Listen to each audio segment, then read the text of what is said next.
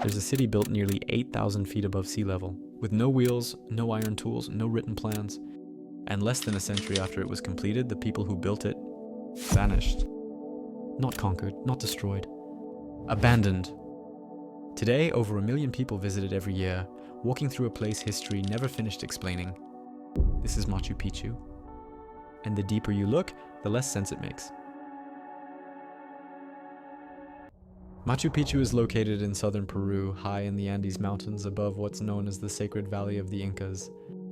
It sits on a narrow mountain ridge nearly 8,000 feet above sea level, surrounded by peaks that rise even higher. Below it, the Urubamba River cuts through the valley, wrapping around the mountain like a natural barrier. From above, the site looks isolated. From the ground, it feels unreachable. There are no wide plains here, no natural roads, no gentle approaches. Even today, reaching Machu Picchu takes effort. Trains wind through deep valleys, hikers climb narrow, uneven paths. The air thins as you rise. Now imagine building an entire city here without modern tools. This wasn't a location chosen for convenience. It was chosen because it was difficult. Difficult to reach. Difficult to attack, difficult to even find. Most ancient cities were built to be seen. Machu Picchu was built to be hidden, and that choice matters because cities don't usually disappear quietly. They fall, they burn, they're taken over. Machu Picchu didn't collapse. It didn't change hands. It simply stopped being used. The stone walls still stand straight, the terraces still grip the mountainside, the layout still feels deliberate. It feels less like a ruin and more like a city paused mid-thought. And when a place this advanced vanishes without explanation, the silence becomes the most important clue. Long before Europeans arrived in South America, the Incas had already built one of the most efficient empires the world has ever seen. At its height, the Inca Empire stretched along the western edge of the continent, from what is now southern Colombia, down through Ecuador, Peru, Bolivia, and into central Chile. This was not a loose collection of tribes, it was a centralized state governing millions of people across some of the most extreme terrain on Earth. What makes the Incas remarkable is not their size, it's how they functioned. They ruled without what most civilizations rely on, conventional systems, and yet the empire operated with precision. Instead of written records, the Incas used quipu, carefully knotted cords that stored numerical data. These systems tracked population, labor, food supplies, and resources across the empire. They were administrative tools and not symbols. Information moved through a network of elite runners, called chasqui, stationed at intervals across the landscape. Messages could travel hundreds of miles in a matter of days across mountains where horses struggled to survive. The Inca economy didn't run on money, it ran on labor. Citizens contributed work to the state, farming, building, maintaining roads, and supporting public projects. In return, the empire provided food security, storage reserves, and aid during natural disasters. This system allowed the Incas to survive droughts, famine, and environmental shocks that would have collapsed other societies. The Incas also viewed land differently. Mountains, rivers, and valleys weren't obstacles.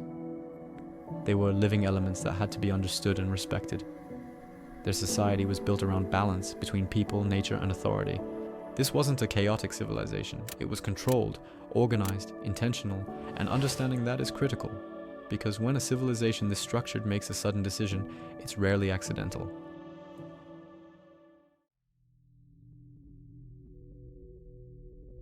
Machu Picchu was never designed to function like a normal city. There are no wide plazas meant for trade, no signs of large markets, no infrastructure to support a massive population. Instead, what dominates the site are temples, ceremonial spaces, and carefully placed residences. Every structure feels intentional. The homes are arranged with hierarchy in mind. Some are larger, better positioned, closer to sacred spaces. This suggests that not everyone was allowed here. Most historians believe Machu Picchu was reserved for a select group: royalty, priests, astronomers, and specialists, people whose role wasn't survival, but significance. This wasn't where the empire lived, it was where the empire thought, and that alone separates Machu Picchu from almost every other ancient city we know. When history stops talking, speculation takes over. Machu Picchu has inspired centuries of rumors precisely because it refuses to explain itself. Some believe it functioned as a sacred site, where rituals were performed away from the public eye. Astronomy plays a central role here. Certain structures align with the sun during solstices and seasonal transitions. That wasn't decorative, it was deliberate. Archaeologists have discovered human remains at the site. Not evidence of violence, not mass death, but enough to suggest ritual practices that modern society struggles to understand. The Incas believed harmony between humans, nature, and the gods was essential for survival. Balance mattered, and sometimes that balance came at a human cost. There are also whispers that Machu Picchu was abandoned after a spiritual warning, a sign interpreted as danger. None of this is proven, but the absence of answers is exactly why these stories persist. Machu Picchu doesn't just survive the mountain, it works with it. The stones used here weigh several tons, yet they were shaped with astonishing precision. Each block fits another like a puzzle, no mortar, no cement, just gravity and geometry.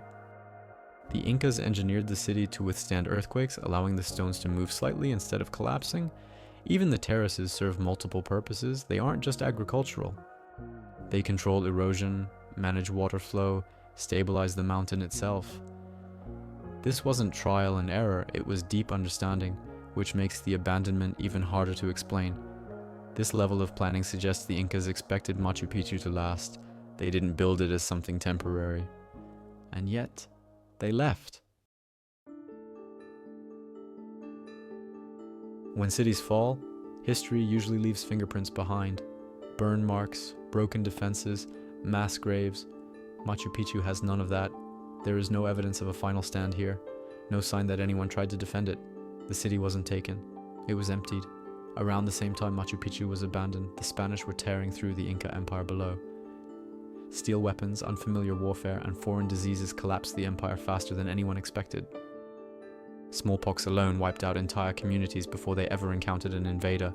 Supply lines failed, leadership fractured, communication collapsed. In that chaos, Machu Picchu may have become impossible to sustain, or worse, too important to risk. Some historians believe the city was deliberately sealed off, its inhabitants ordered to leave, its purpose left unfinished. What's unsettling isn't that the Incas abandoned Machu Picchu, it's that they never tried to reclaim it.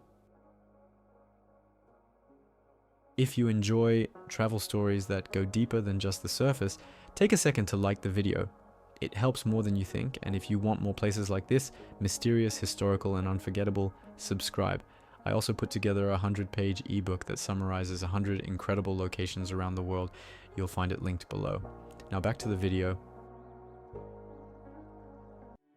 Today, Machu Picchu exists in a strange balance between global fame and enforced isolation. In strong travel years, over 1 million people make the journey here, but access is carefully controlled. Entry times are limited, paths are restricted, movement is regulated, not to preserve tourism, but to preserve the site itself. Despite the number of visitors, Machu Picchu never feels loud. Sound doesn't travel far here. The mountains absorb it. Visitors speak quietly, they walk slowly, almost instinctively. Because even now the place commands restraint. Machu Picchu may be one of the most photographed locations on Earth, but it still feels like it's holding something back.